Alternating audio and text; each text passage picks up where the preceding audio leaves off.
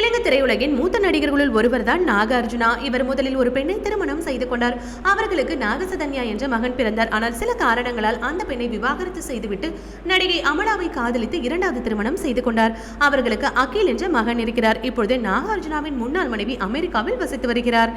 இதற்கிடையே சமந்தாவை காதலித்து வீட்டு சம்மதத்துடன் கடந்த 2017ஆம் ஆண்டு திருமணம் செய்து கொண்டார் நாகசதன்யா.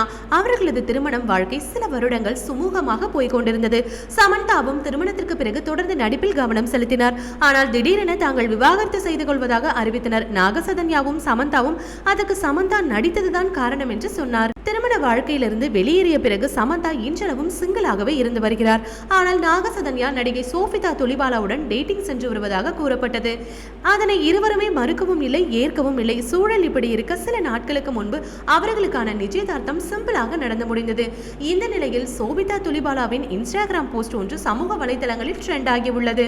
அதில் தனது தந்தையுடன் இருக்கும் சிறு வயது போட்டோவை பகிர்ந்து, ஒவ்வொரு பிறவியிலும் நான் எனது அப்பாவுக்கும் அம்மாவுக்கும் மகளாக பிறக்க வேண்டும். எனது தங்கை சமந்தா நாயாகவோ அல்லது வேறு எதுவாகவோ பிறக்கட்டும், அதை பற்றி கவலை இல்லை என்று குறிப்பிட்டிருக்கிறார். இது போன்ற சினிமா மற்றும் சீரியல் தொடர்பான செய்திகளை காண சினி டைம்ஸ் சேனலை மறக்காம சப்ஸ்கிரைப் பண்ணுங்க.